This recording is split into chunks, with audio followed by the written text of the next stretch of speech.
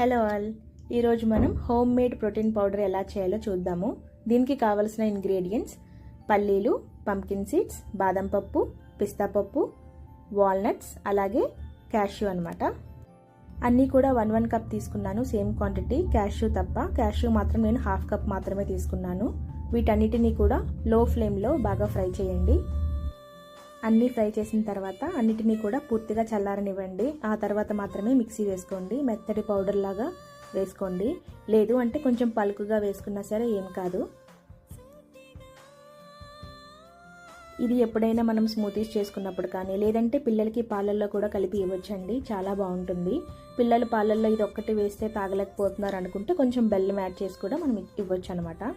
బయట కొనే Boost, హార్లిక్స్లలో sugar percentage చాలా ఎక్కువ ఉంటుందంటండి. సో అది హెల్త్కి మంచిది కాదు కదా. ఇలా మనమే ఇంట్లో చేసి పెట్టుకుంటే హెల్త్కి కూడా చాలా మంచిది. మన పిల్లల ఆరోగ్యం మన చేతుల్లోనే ఉంది కదా. సో